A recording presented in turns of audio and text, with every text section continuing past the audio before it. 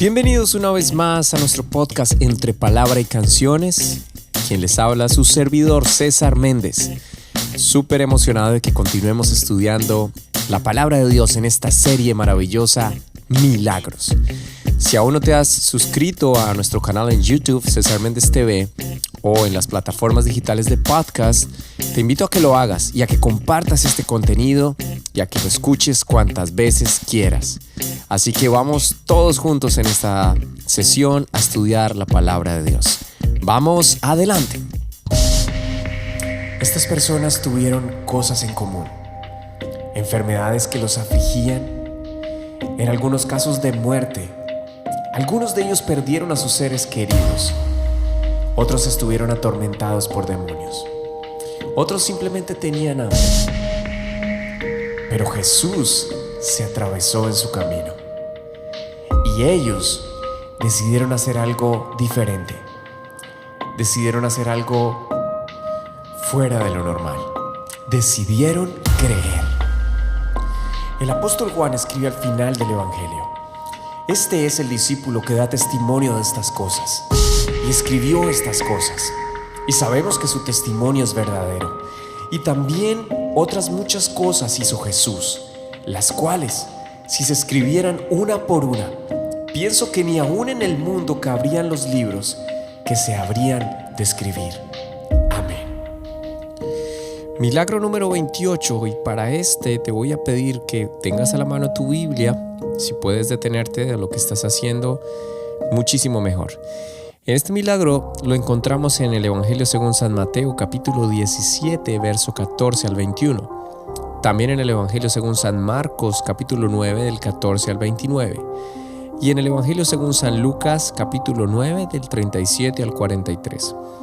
Vamos a tener como lectura en el Evangelio según San Marcos, el capítulo 9, del verso 14. Acompáñame a leerlo. Cuando llegó a donde estaban los discípulos, vio una gran multitud alrededor de ellos y escribas que disputaban con ellos. Enseguida toda la gente, viéndole, se asombró y corriendo a él les saludaron.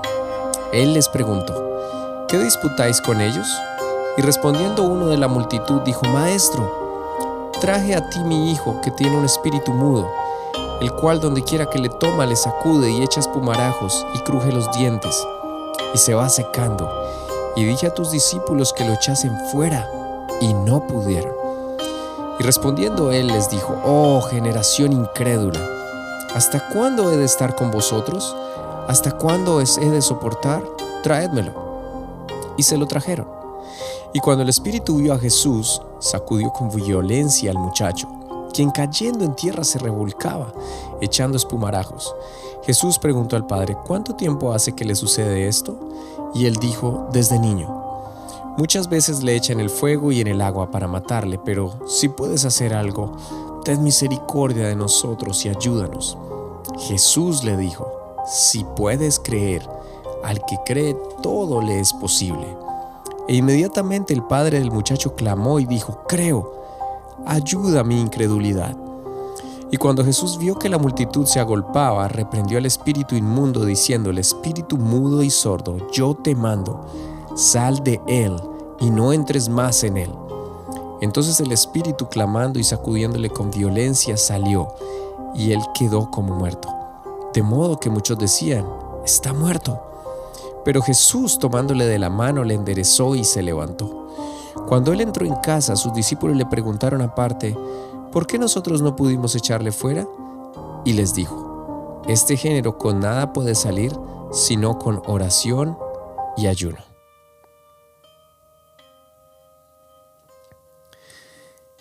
Jesús acaba de tener un momento trascendental. Justo antes de este milagro, como lo puedes leer en casi todos los evangelios, aparece el momento sobrenatural de la transfiguración. Jesús, acompañado por su círculo más cercano, Pedro, Jacobo y Juan, quienes eran estos dos últimos, quienes eran hermanos, lo acompañaron y se dieron cuenta, fueron testigos de la manifestación en gloria del Señor. Según se cree, en el monte Tabor, un monte que está ubicado cerca de Nazaret y donde en la actualidad, en la cima de este monte hay algunos templos, uno ortodoxo griego, otro franciscano. y otros más. La Biblia no menciona este lugar exactamente, se cree que fue allí. Y tampoco nombra otros lugares exactos donde Jesús estuvo. Y pienso, es solamente una opinión personal, que es porque el ser humano tiende a idolatrar este tipo de lugares. Con esto no quiero decir que los lugares no sean importantes, por supuesto que lo son. Es más, quienes han viajado a Tierra Santa, he conocido a personas que han estado en ese lugar y dicen que lo que se siente allí es algo único. Pero lo que debemos tener muy claro es que la Biblia nos hace entender que al único que debemos adorar es a Jesús. Pero bueno, es mi opinión personal. Continuando con el tema que nos ocupa, después de haber tenido esa experiencia tan sobrenatural, Jesús y sus 3 discípulos más cercanos descienden del monte y al descender se encuentra con una situación muy peculiar. Dice el relato que acabamos de leer que Jesús llegó donde estaban sus discípulos, suponemos que eran los otros 9, y había una multitud, todos alborotados y discutiendo entre sí, algo así como 3 grupos. Los discípulos, la multitud expectante, pero también estaban los escribas, que eran autoridades religiosas. Pero dice el verso que cuando la multitud vio a Jesús, fueron a saludarle. Y esto es especial. Dice que se alegraron de verle, aunque probablemente las causas de su alegría estaba fundamentada en el hecho que necesitaban resolver la situación por la cual se estaban allí reunidos y discutiendo. Aún así, siempre será importante en la vida de alguien que ha sido transformado por el Señor o inclusive de alguien que no lo conoce completamente, que sienta alegría por su presencia. Siempre. Así que Jesús les pregunta el porqué del alboroto, por qué la discusión, por qué la polémica. Y dentro de la multitud, como lo acabamos de leer, sale un hombre angustiado, atribulado, quien le cuenta a Jesús la situación. No solo que le acongojaba en relación a su hijo, quien, según este hombre, era un hijo que tenía un espíritu mudo y que en el Evangelio de Lucas, como lo puedes confirmar, afirma que era su único hijo. Ahora, como lo describe en el verso 18 de la lectura que acabamos de tener, no era una enfermedad que impedía que él hablara. No era una enfermedad cualquiera, esto realmente era una posesión diabólica. Pero lo que realmente era difícil de aceptar y que era el motivo principal de la discusión, lo dice en la última parte del verso. Dice el verso 18, que este espíritu donde quiera que le toma, le sacude y echa espumarajos y cruje los dientes y se va secando. Pero el punto más trascendental de esta situación es la última parte. Y lo traje a tus discípulos para que lo echasen fuera, y no pudieron. Esto realmente indignó a Jesús, lo molestó profundamente. Creo, si no estoy mal, que esto sucedió en el último año de ministerio de Jesús, o por lo menos pasada la mitad de sus 3 años de ministerio. Es decir, que sus discípulos llevaban ya más de 1 año y medio al lado del Señor. Y estoy seguro que Él esperaba mucho más de ellos. Pero, siendo sinceros, creo que también espera mucho más de nosotros hoy en el siglo XXI. Creo que no es muy difícil de imaginar la indignación que sentía Jesús. La podemos leer en el verso 19, que les dice: oh generación incrédula, se lo está diciendo a sus discípulos. ¿Hasta cuándo he de estar con ustedes? ¿Hasta cuándo los he de soportar? Traédmelo. Analicemos un poco estas preguntas porque podría ser para muchos de nosotros. Esto fue justo unos minutos antes de que el milagro obrara, pero esto realmente es importante. Lo primero que él afirma es generación incrédula. Y aquí ya tenemos un gran problema, y es que hemos visto que el elemento fundamental para que se dé un milagro es la fe, pero también es el elemento fundamental para agradar a Dios, porque sin fe es imposible agradar a Dios. Y son múltiples los versos que confirman esto una y otra vez. No olvides esto porque más adelante se volverá a nombrar la incredulidad. Dice otra versión, gente sin fe. Luego vienen las 2 preguntas. ¿Hasta cuándo tendré que estar con ustedes? ¿Y hasta cuándo tendré que soportarlos? No está pidiendo una respuesta. Creo que eso es más que obvio, porque esto es un fuerte llamado de atención. No es una cuestión que tenga que ser respondida. Además, creo, por el momento tan incómodo que ni los discípulos sabían qué responder. Así que después de haber dicho esto, da la orden que traigan al hijo de este hombre. Y en medio de la multitud, de la vergüenza de los discípulos por el regaño de Jesús, empieza a obrar el milagro. Pero de primer momento el demonio que lo poseía al ver a Jesús se manifiesta. Y aunque en los evangelios escritos por Mateo y Lucas solo mencionan la liberación, Marcos nos cuenta los detalles, lo acabamos de leer. En el verso 21 dice que Jesús le hizo una pregunta al Padre. En medio del agite y de la situación y de todo lo que estaba sucediendo allí, de la multitud y todo, Jesús quería enseñarle algo al padre de este muchacho y de paso a nosotros. Ahora, el hombre le responde a Jesús lo siguiente. Jesús le pregunta, ¿cuánto tiempo hace que le sucede esto? Y él le dice, desde niño. Pero es tanta su angustia que le da detalles a Jesús. Es decir, abre su corazón. Y termina con un ruego un poco dubitativo, probablemente al ver que los discípulos del Señor no habían podido hacer nada. Y el padre le cuenta que muchas veces ese espíritu le echa en el fuego y en el agua para matarle. Pero luego termina con este ruego, si puedes hacer algo, ten misericordia y ayúdanos. Esto es muy importante y no lo podemos pasar por alto. Podríamos desde un primer vistazo suponer que la angustia estaba unida a la necesidad de una solución definitiva. Pensemos por un momento, años de esta condición, años de sufrimiento. No quiero ni imaginarme como padre ver esta situación nunca en uno de mis hijos. Este hombre llevaba mucho tiempo en esta condición, teniendo que ver a su hijo así. Esta vez, la Biblia no nos deja saber si el único motivo era para que la gloria de Dios fuera manifiesta, que había sucedido esto, o que algo causó esta posesión en la niñez de este chico. Esto no es normal. Puedo imaginar y simplemente dar una opinión al respecto. Tal vez algo sucedió en el interior de su familia, se abrió alguna puerta a lo profano o a lo oscuro.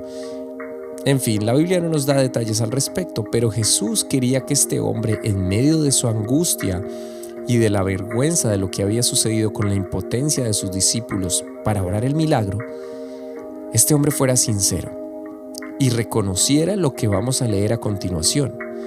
Pero antes viene una declaración tan poderosa que inclusive se ha hecho popular en la filosofía actual, del famoso personal growth o crecimiento personal.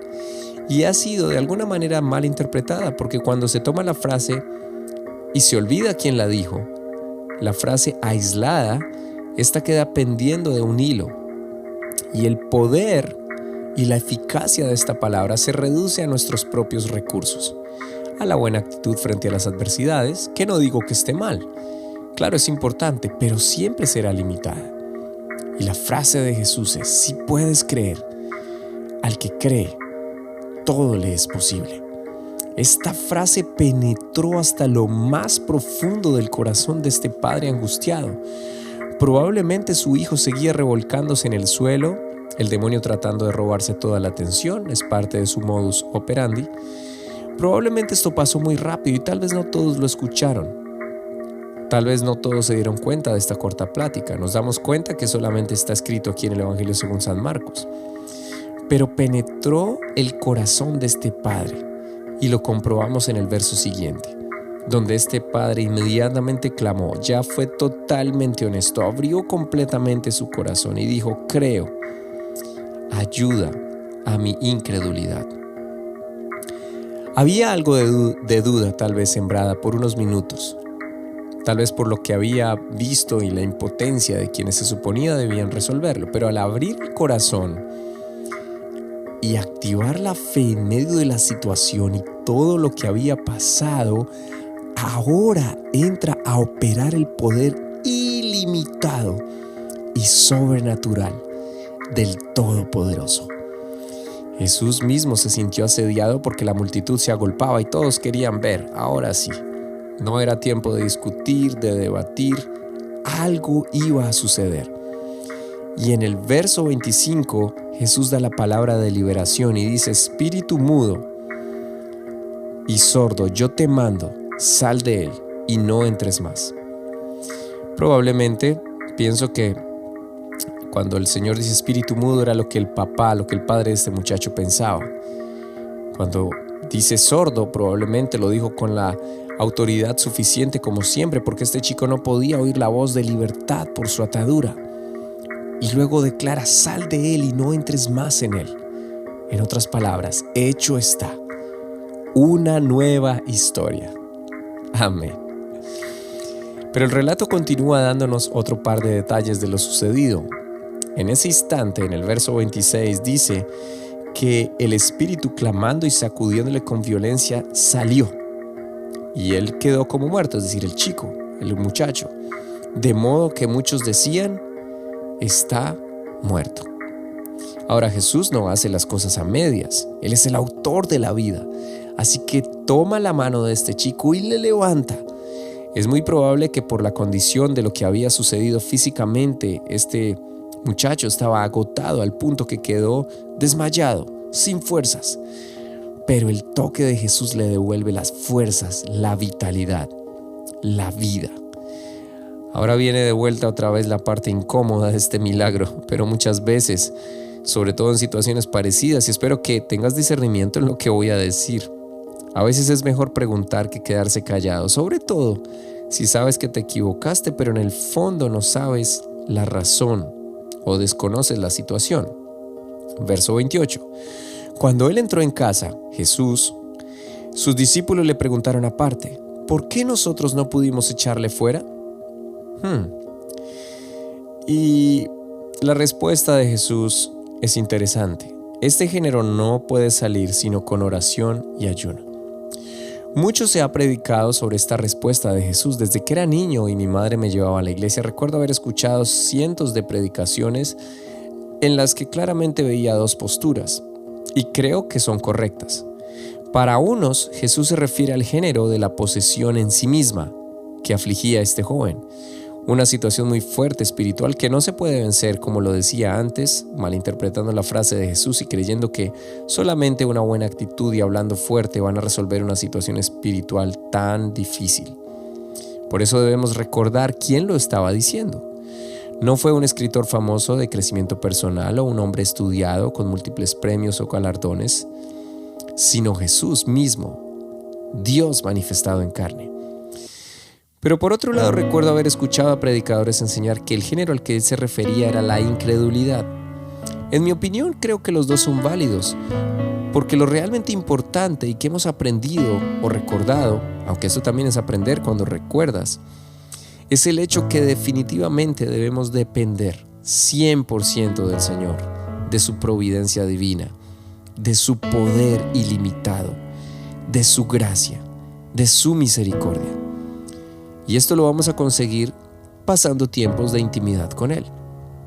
El Señor se lo dijo a sus discípulos con oración y ayuno, porque es en estos momentos de intimidad donde nuestra debilidad se muestra a quien debe mostrarse, ante Él. Pero también es ahí donde Él nos llena de su poder y podremos creer, vivir y experimentar. Si puedes creer, al que cree, todo le es posible. Muchas gracias por escuchar una vez más este episodio de la serie Milagros. Recuerda que estamos en tu plataforma favorita de podcast, así como también en YouTube, en nuestro canal César Méndez TV. Así que nos vemos en el próximo episodio de esta serie Milagros, de tu podcast entre palabra y canciones. Por favor, vuelve a escuchar este contenido, compártelo, vuelve a leer y a estudiar la Biblia con nosotros y llenémonos más del Señor. Paz del Señor para todos. Chao, chao. Nos vemos en el siguiente episodio.